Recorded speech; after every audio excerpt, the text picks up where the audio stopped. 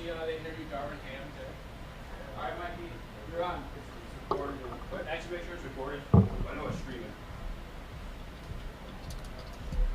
The stream is live. See, if I was a quitter.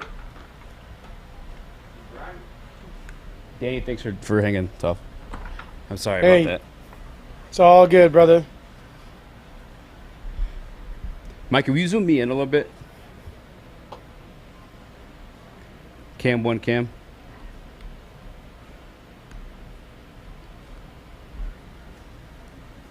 That's cool. That works. All right, I'm going to go to the page so I could look at the comments in case someone has some questions. And actually, I'll put it in my Instagram bio as well. Hey, thanks for doing this, man. I apologize for the delay there. Hey, it's just not really your fault. I mean, things happen, right? Yeah. Hey, what's up with that fire yesterday? I don't know. My aunt was reading one of the local pages, and apparently it started as a DV situation. And I guess they set fire to some stuff in the backyard. I can't verify that. What I know is someone's backyard was definitely on fire, and it had to have definitely been set on purpose, or maybe a meth lab blew up. I don't know. It's like LA. Could be either one. Well, I thought that was in your backyard or something like that, because when you posted, I thought it was like yeah. Your video. A lot of people thought it was my yard, but it's not my yard. It's not even on my block. It was like 2 blocks south and like 3 blocks over, like 3 blocks east.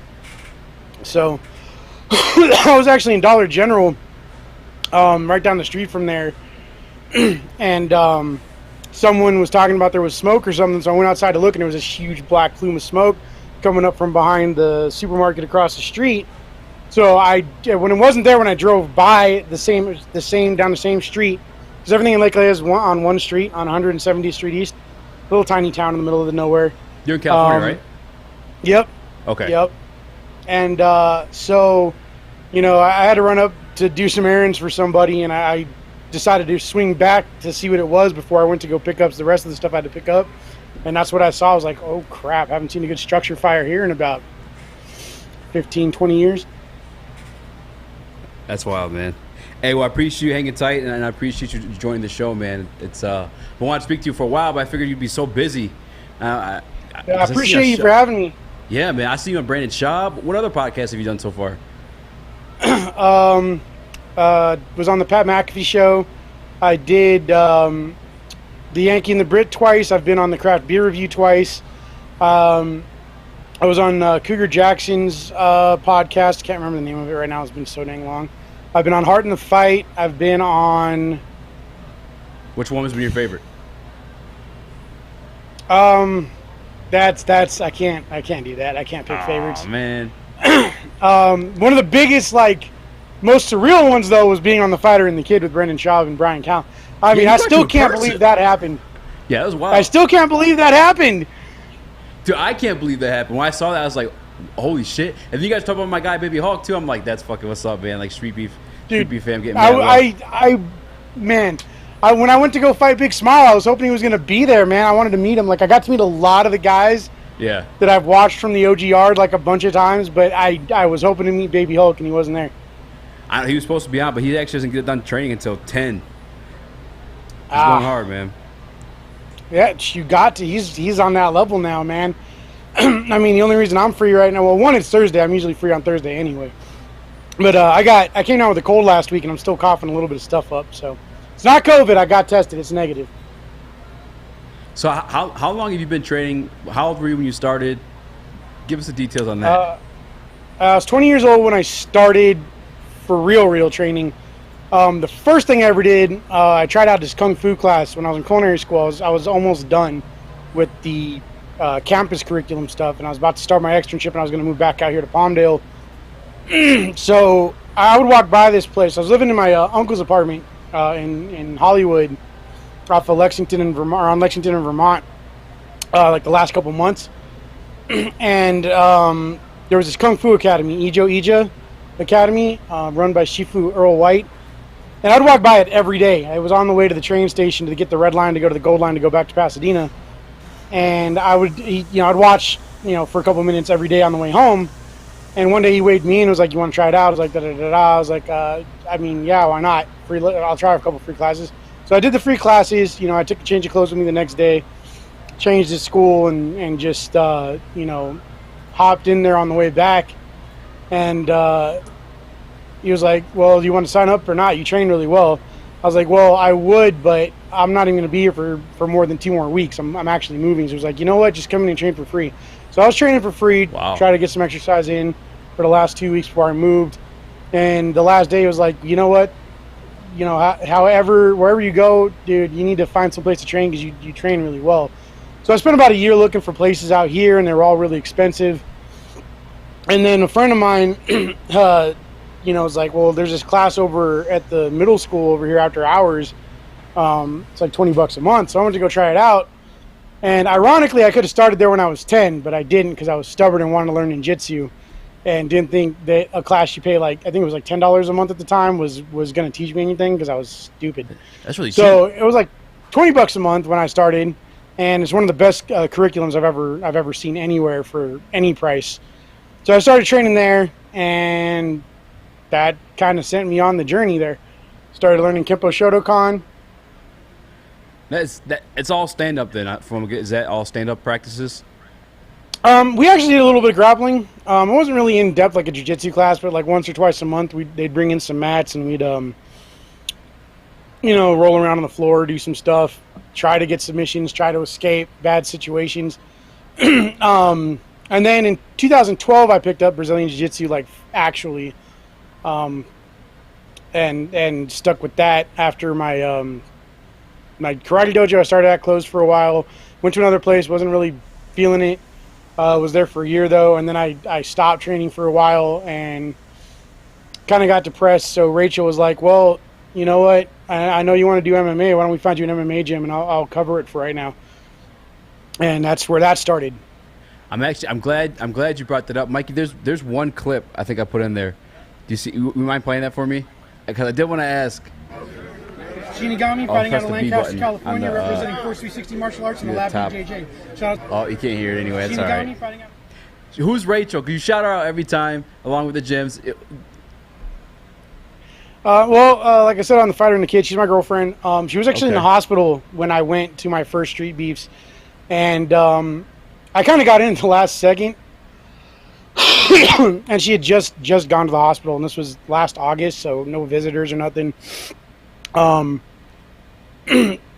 So I actually shouted her out because she always wanted to go to my first full contact fight, and she couldn't make it, obviously. And I actually took my stepdaughter, well, I call her my daughter, but you could actually see her behind me in that clip, so it would take her mind off of it, so she wasn't sitting at home worrying about her mom all day. Yeah. Yep. So that's that situation. All right, so I have a question too, because you started obviously striking and then you went to jiu-jitsu. It's a big kind of like a debate here around Woodward Sports. It's actually not a big debate. I'm just holding firm on mine.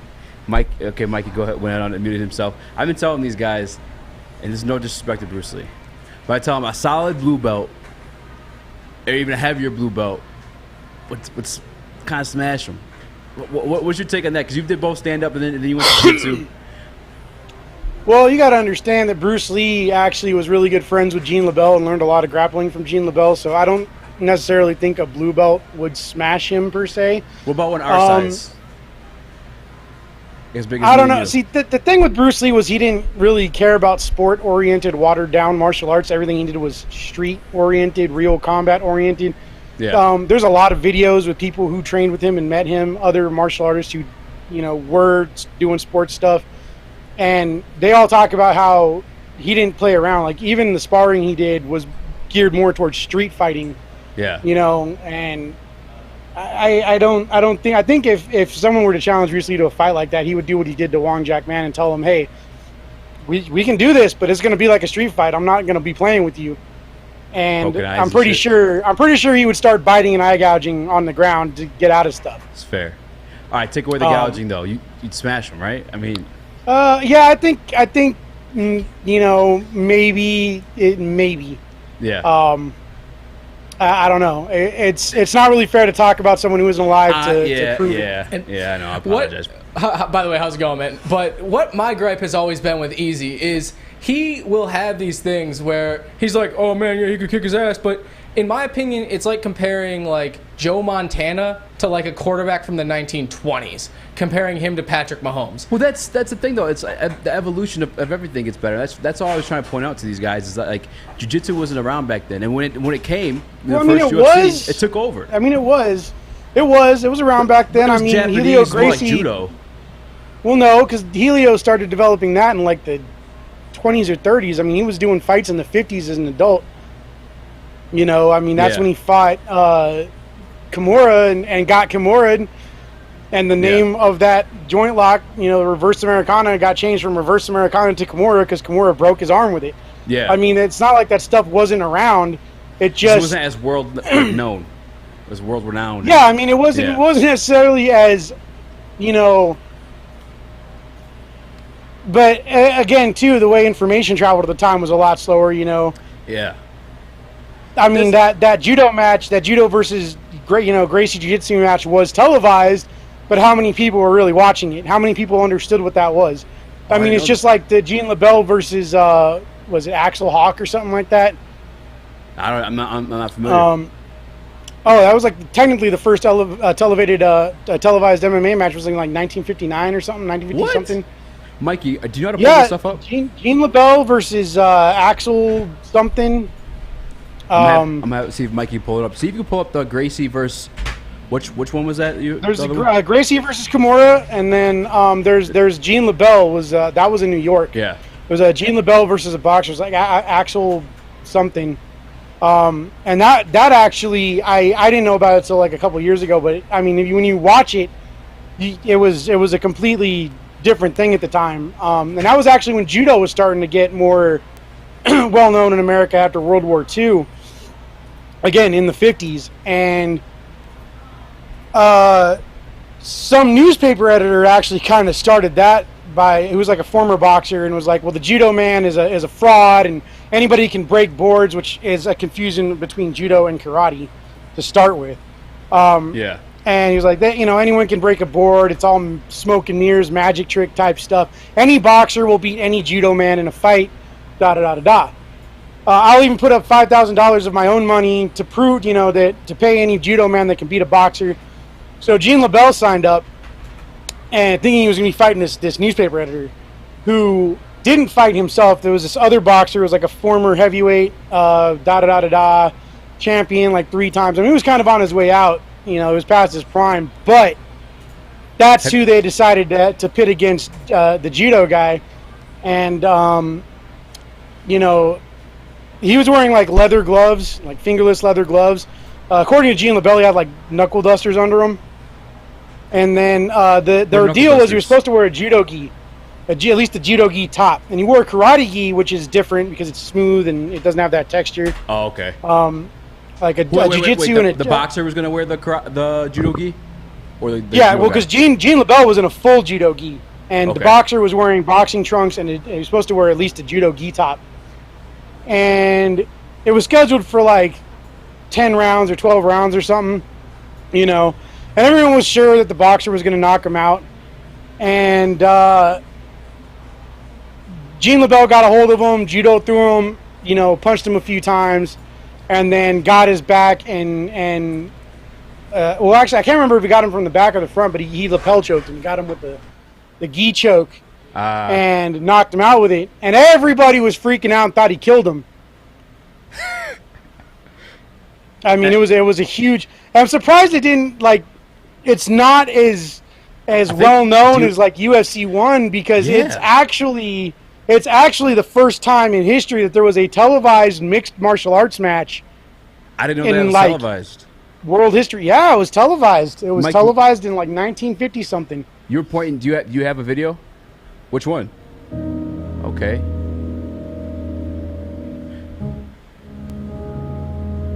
Is this it? Shinigami? Oh, Mikey, go back to Shinigami and then press 2 on the video. And then you can still hear us talk. Or Shinigami. Alright, so there we go, yeah. So So there's a very young Gene LaBelle. They cut past the throw. He got him with a good Ippon. Was it an Ippon or a Tayatoshi? I can't remember, but it was a good. Here it is. There it goes. Pretty sure right about here. The smaller guy is Gene LaBelle? No, the bigger dude in the full gi is Gene LaBelle. I mean, Gene LaBelle is not a small dude. Here we go. There's the other one. With the lapel but choke. yeah, he gets him. Yeah, he gets him with the lapel choke. And yeah, there's the Tayatoshi. But yeah, I got him with the lapel choke, and he was out, like out. And it was actually kind of funny because at one point Gene LaBelle tried to like they legit thought they murdered him because they never seen anybody out like that. And they didn't know how to resuscitate him because when you get knocked out by a blood choke, you got to get the blood flow going back to the brain. So they Gene LaBelle tried to revive him, and they wouldn't let him near him for a while. But yeah, it was a crazy situation, and then that's the thing. Everyone thinks MMA really started. I mean, yeah, I guess today the way with the cage and everything, started with UFC 1. But the first two major real televised MMA matches were that, and then in the 60s they did the Antonio Inoki versus Muhammad Ali fight. That was has a wrestling thing, right? That was like some WWE type stuff, wasn't it? Well, no. What happened was it was supposed to be originally, and then Ali wanted it to be like a real fight. Oh. Because he didn't think Antonio Inoki was a real fighter. And then when Antonio Inoki was like, "All right, I'm gonna train for a real fight. I'm gonna hook you up." Because it's Antonio Inoki. The dude did real shoot matches, like shuto in Japan. Real. It's like wrestling, but it was like real fighting. And he'd done those.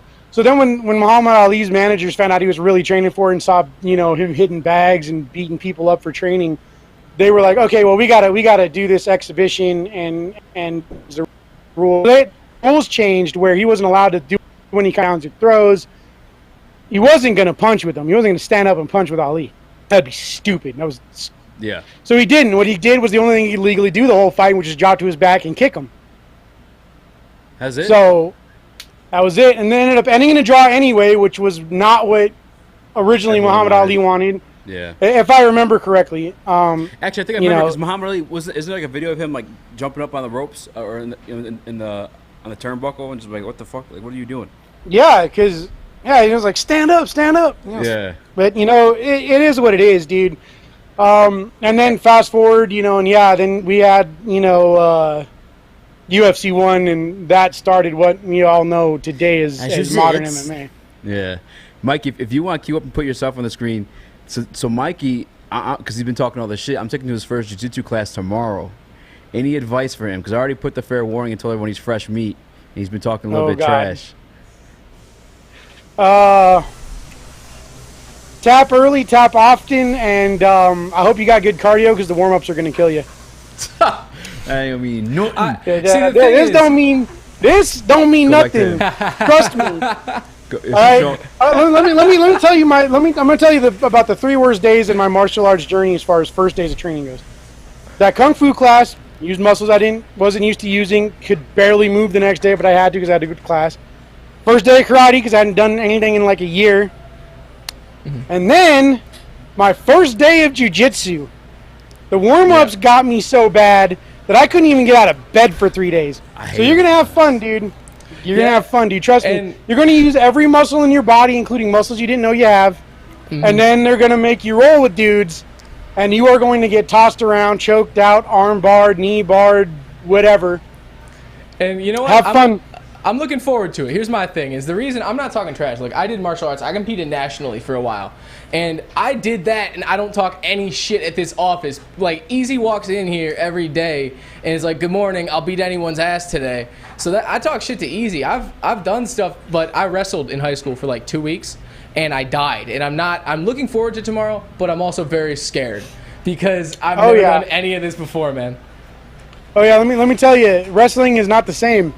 Wrestling's over when they pin you. Jiu-jitsu is not. Yeah, they're trying to choke you out, break a limb. Be prepared to deal with 5 minutes of someone trying to joint lock and or choke you in every way they can. That's why my advice to the other guy, because we're bringing two of them, is going to be Mikey and Jeff. I told Jeff, keep your hands inside and just stay tight. T-Rex arms. T-Rex arms. Yeah, don't let your limbs out there. Choke yourself. If they get the mount, choke yourself. Don't actually choke yourself, but keep your hands up here. They can't armbar you, and they can't choke you if you got your arms tucked and your throat covered. You're just going to turtle. I can't wait. I can't wait. Now, you got a fight coming up, because this is a rematch, don't you got coming up with against Big Smile? Yeah, I still don't have a date yet. I actually got to talk to Face again and Tiny Tank and get it all set up. It was supposed to be this month, but then I guess since Scarface is paying for him to fly out here, it wasn't financially feasible yet. He said next month, so it's going to be next month. As far as I know, still. I actually have a tournament in 2 weekends, so that'll be interesting. So look for that footage on my YouTube channel. Yeah, I'll have. I'm doing katas. I'm doing the sport MMA division. The main reason I'm going is the black belt point sparring division because cash prizes. Hey. For grand champions, so that's what I'm working on right now for that, and then back to good old full contact training for Big Smile. Now, how long did it take you to get your black belt? About 12 years. And were you always a bigger guy, like while throughout training? And all that stuff? My weight's gone up and down, but yeah, I've always been a bigger dude. I'm like 6'2". I've been on a weight loss roller coaster up and down since I was a teenager, though. I used to actually get made bullied for being fat when I wasn't even fat. I had like a little, baby fat on my stomach still. Yeah. But that got to me. I let it get to me, and I started depression eating. So my relationship with food and stress since then has not always been the best thing in the world. Like, when I did that first Streetbeefs fight, I had ballooned up to 330 pounds from like 280 pounds. Yeah, because during that first 4 months of lockdown when nothing was open at all and I couldn't train or do anything like that, training is my life. Like, if I'm not training, it messes with me. It's therapeutic.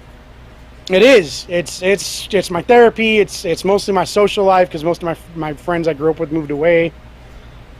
So, that's my therapy. It's my social life. It's my stress relief.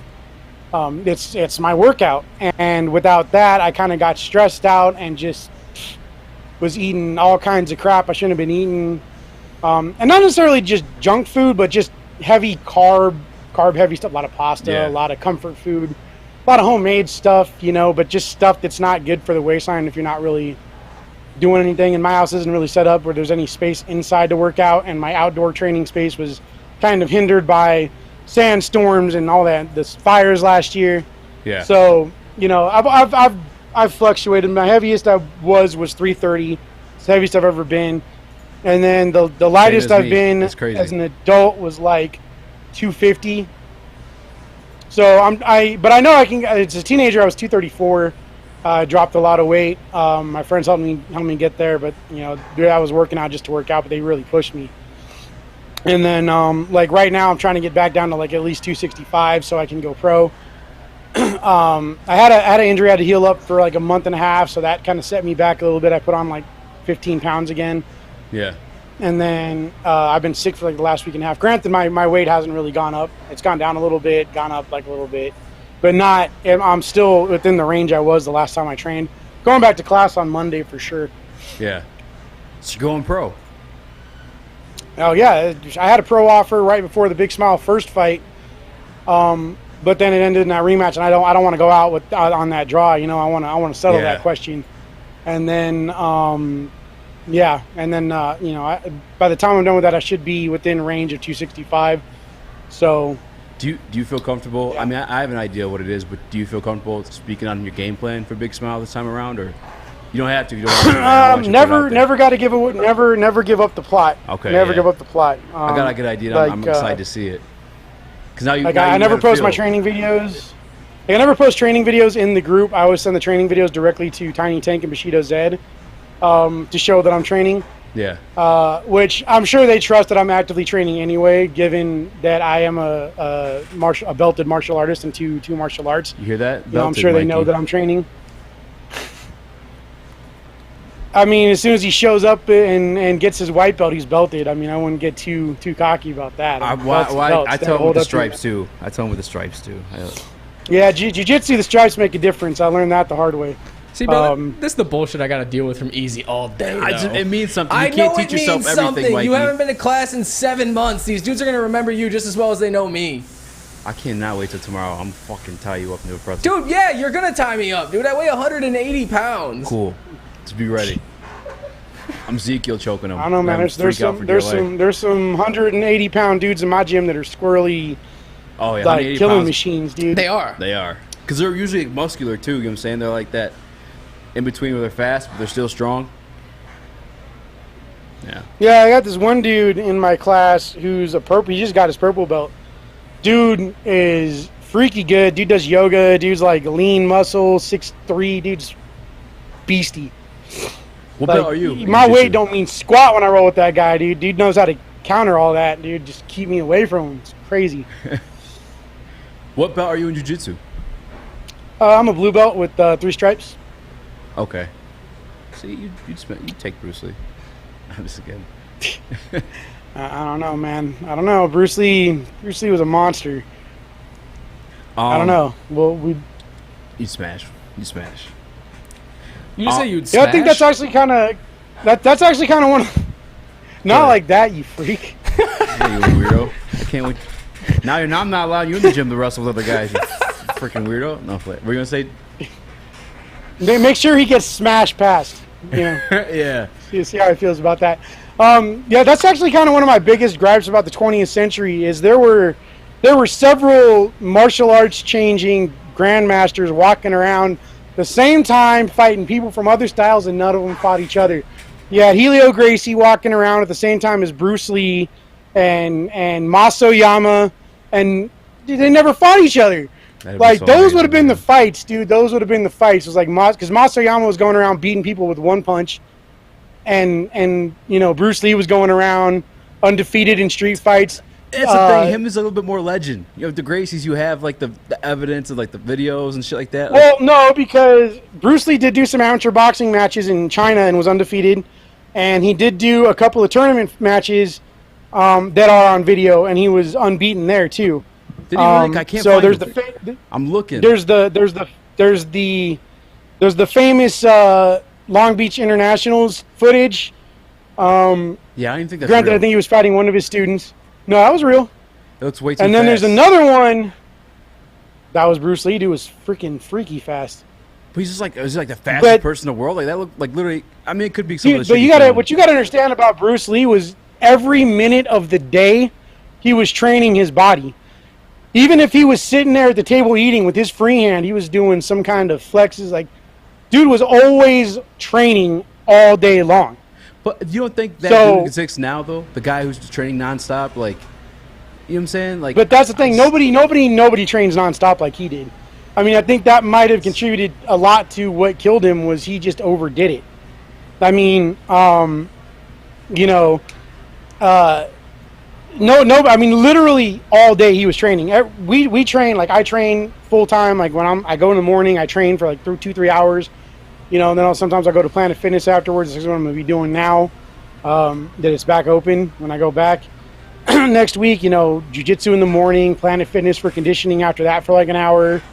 Then, you know, rest for a couple hours, eat lunch, take a nap, get up, go to train in the evening. You know, he was never really, truly ever resting is what I'm telling you. I mean, again, but you gotta dive down the rabbit hole of watching interviews with people who had trained with him, who knew him, you know, guys who were prolific martial artists of their time. When I check that stuff out, I'm always like, this is like some like Santa Claus stuff. The way, like, I'm like, come on, man. He's 130 pounds, like. But he was like 130 pounds. He was like 130 pounds of literally constantly training. Like his whole thing was he spent over a decade because he had the means to just train. Yeah. All day, every day, and his whole thing was how do you perfect the human body? How do you perfect the human body in a way that's practical for fighting? How do you perfect fighting in a way that's practical for the real world and gets rid of all of the things that are only there for the sake of tradition like, Bowing. period. Like, that was his whole thing, you know. But again, that was also because he had the means and the time and the ability to do all that. Nobody has time like that, you know. Yeah. Nobody. I gotta get his book. I gotta check out the book. Yeah, well, he's got a couple. There's the art of expressing the human body, and then there's the Tao of Jeet Kune Do. Which one are you? Did you read either one? My best friend has the art of perfecting the human, or expressing the human body. So I've read some of that. So it's a lot of isometric exercises, and then the Tao of Jeet Kune Do is all the Jeet Kune Do, like all the stuff he developed about how to fight and how to modify what he knew. Well, I can't. Yeah, I'm not gonna speak on that actually, because it's not fair. Like you said, the world news didn't travel as fast as it does now. I was gonna say I could speak on like how that art isn't really as prominent now, but I'm just done because I don't want to disrespect him because he was great. I will say that. I always just feel. Well, I mean, I think you wouldn't be wrong saying it's not as prominent now. I mean, how do you? But that's the thing. How do you really measure prominence in the martial arts? I mean, every martial art still has millions of students worldwide. Yeah. I think it's just you hear a lot more about jiu-jitsu and MMA because that's the thing. That's the thing that everybody watches now. You know. Yeah. Because of the UFC, and you know, even people that didn't watch the UFC back in the day. Like, I didn't see the original UFCs until like 2010.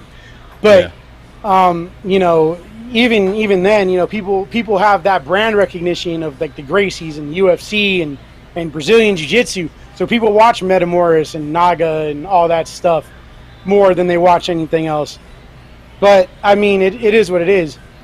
Like, Jeet Kune Do is still around. I actually took some Jeet Kune Do classes at the Tap Out gym for a while out here when the gym I started at kind of had to move in with them. Like, that's a long story too, though. What'd you think of it after practicing? I liked it. It's like people don't understand what Jeet Kune Do was supposed to be.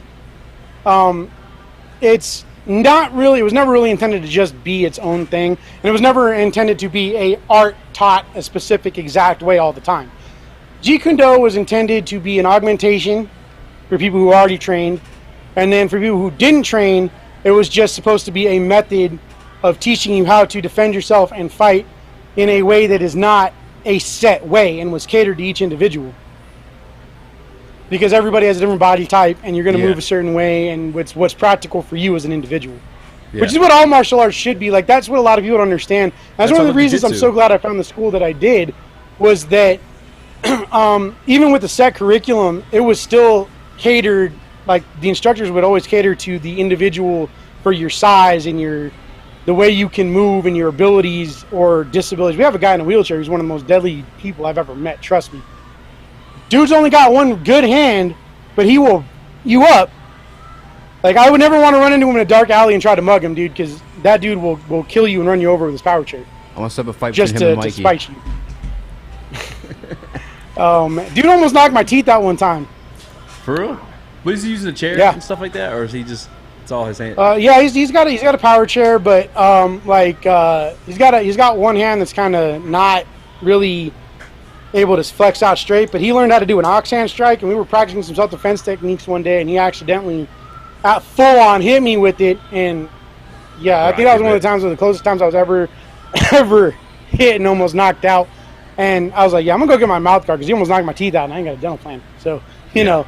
Yeah, those are scary moments. That dude live says he wanted to modernize fighting the same way George Washington modernized warfare. Yeah, that's fair. Pretty much. Yeah. Pretty much.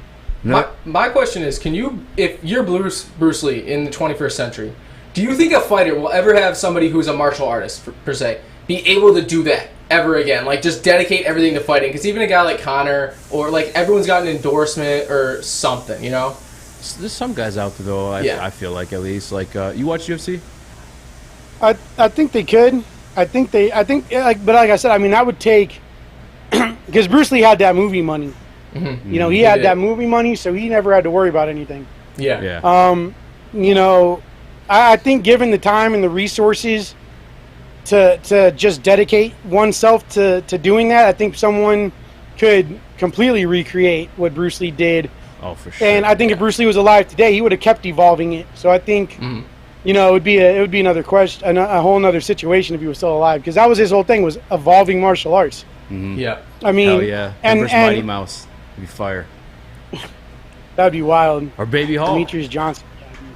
Oh, Baby Hulk. That would be crazy. That'd be That'd be a good one. Ooh, that would be insane. That would be crazy insane. That'd be a close one, man. I could go either way. They were making one. It's on hold. It was in development and it got put on hold because UFC 4 came out, and the UFC, being the crafty, money-hungry dudes that they are, put a backyard fighting yeah, I saw that shit. mode Yeah. in UFC 4 because, let's be real, everybody That's knows why about they Street did Beefs it. Yeah, now. I mean, yeah. it's worldwide. I guarantee you Dana White probably sits there and smokes his cigars and sips his whatever and watches Street Beefs just for funsies. Oh, for sure. So, yeah. Guarantee that's where he got that from because, no, I mean, other games have had like backyard da-da-da in it, and none of them had a homemade cage like that until, yeah. So it's on hold. It even looked like the OG I don't know if art a I'll little end up bit. being in it or not. Yeah, exactly. They got to put you in. I don't know if I'll be in it now. Like it was in production before I even started fighting in Street Beefs, and I don't know if I'll be in it now because it got put on hold. But that would be crazy. But it's coming. It's coming eventually. It's definitely coming eventually. All right, so I got two real quick questions because I want to hold Mikey up. I appreciate you doing this for me, Mikey, as well. But I'm still gonna kick your ass tomorrow. If you had a little baby Shinigami, what are you putting them into first once they're old enough, they're walking and talking? I would start them the way I started with Kempo Shotokan for sure. Simply because that's a little easier to teach to a young child that's still learning motor skills. Mm-hmm. Because you can help them learn their natural motor skills and infuse practical movements with those, so they're already off to a good head start. Jiu-Jitsu is a little more complicated.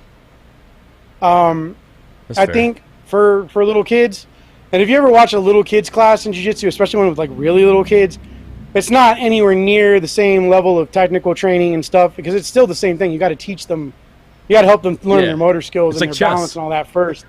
Yeah, it's like chess. But I would definitely start my offspring, my little baby Shinigami, off the same way I learned, just because I think one, I've got more experience because I'm an instructor of in karate, and just it's a little more well-rounded, so they would have a little bit better base set of concepts for when they start learning jiu-jitsu, because that helped me a lot. I mean, the only the thing I really had a hard time with learning when I started jiu-jitsu was how to use my balance on my weight on the ground. Because my whole thing was always be standing up. You always want to be evenly balanced, so you don't want to have too much weight on your front foot, on your back foot. You always want to be able to move quickly. So that was the thing. Like I could move around, but I would never have pressure from weight. And dudes that were like 110 pounds wet would freaking throw me off of them like I was nothing because of it. So but once I started to learn how to drop all my weight on one point, ooh, it was a wrap. Yes. Yeah. So, yeah, man. And then Wait, speaking of kid classes, Easy, are we going to be going to those tomorrow, or do you take the adult ones? I could probably put you in the kid class. You still get smashed. Okay, so are you and your son in the same class, or does he go to the kid class and you're in the older class? So me or Yeah, no, I'm just saying, like, are you in the older class? Yeah. Yeah, okay, so you go with adults. Okay, just wanted to double check. What the fuck are you talking about? Mikey, I cannot wait for tomorrow. I cannot wait. I'm going to make you... Wow. Yeah. Anyway. All right, two things. Did you realize you said Pat McAfee's name wrong after the sponsor? Yeah, I did, and I felt like an idiot. I was kind of in the heat of the moment. Yeah. And You learned probably about the fight, so yeah. I think that was the only time I ever really kind of felt any real pressure going in. Because that was a whole nother environment, and that was the craziest crowd of spectators I've ever been in a Street Beefs event, and it was the loudest crowd in any Street Beefs match ever, before or since. If you watch Street Beefs, if you watched it for a long time and you watched it since that fight, you never see people crowded around the cage like that, being loud like that. I mean, that was I mean, and then I was the only guy from the West Coast. Oh, you know? Yeah. Like originally it was supposed to be like a bunch of us went over there, but it didn't work out that way. Yeah. It So was they're being dicks? wild. No, they weren't being dicks, but it was just kind of this this situation where everything you kind of get in there and things start to sink in when you're doing your intro, because that cage door is locked now. You got the camera in your face and you know it's about to be go time, and that was the biggest fight I've ever had. I was all the way on the other side of the country. I was in the OG yard, Yeah. which I never thought I dreamt of being able to set foot in, ever, just due to how expensive it is to go over there from here. And yeah, so I'm running through this intro I had memorized, and I was trying to keep my war face on and I was trying to be zeroed in on just going in there and trying to fight them. Yeah. Trying to smash him, trying to beat him, trying to do whatever I need to do. And so I screwed up his name, and I felt stupid as crap after the fight because I realized I did it. Did he say anything to you? No, actually I haven't heard from him at all since then, so I think I kind of screwed up. I mean, that's still an awesome sponsor to have, man. It's kudos to you still. Yeah, maybe I'll hear from him again because I'm probably going to send him that gi-top to put in his studio. Fuck yeah. Because I got another one. I'm going to get some new patch. I got some new patches made. I'm going to get put them on it, and I'm going to retire that one because my coach actually put in the Pat McAfee actually paid for this logo a little too low. So I'm going to redo it on another gi-top and send him the original. And then this one, which I wore in the OG art, is going to get retired. I'm going to frame it and keep it in my room behind my trophies. I actually have another gi that I just bought that I'm going to replace this one with all the patches. And it's going to have more patches on it. It's going to be sick. And then when are we getting the Shinigami YouTube channel? And where's the nickname Shinigami come from? Those were the last two. Oh, I got a Shinigami YouTube channel, and I have a second YouTube channel, too. Oh, shit. Yeah. I'm gonna follow So if you look up Shinigami, it'll come up, or if you type in Undead Pyro, because that's the URL. I can't change that. Technically, I have 3 YouTube channels, but one of them I lost the password on. I was going to move all my martial arts stuff to the Reaper MMA one that I made, but the only thing on there is a highlight reel I made like in 2011 to try to get sponsors with, and nothing ever came of it. So I've got my main channel that I upload every week. And then I have a second channel that I haven't worked on in a while, but it's Lord Demonius, the Undead Pyro, and I do it's kind of like Svengoolie or like The Last Drive-In or Monster Vision, but I use since YouTube and I'm broke, I use public domain movies. Like I get old, really bad public domain black and white movies, and I horror host them. So I'll have like commercial breaks and I'll make jokes in between, and like I get all gothed out and everything, full goth makeup, and make stupid jokes and put on a voice. What? It's cool stuff, man. What, hold on, so what do I type in for that channel? Lord Demonius. Lord Demonius. D-E-M. D-E-M. That's Demon I-U-S. Yeah.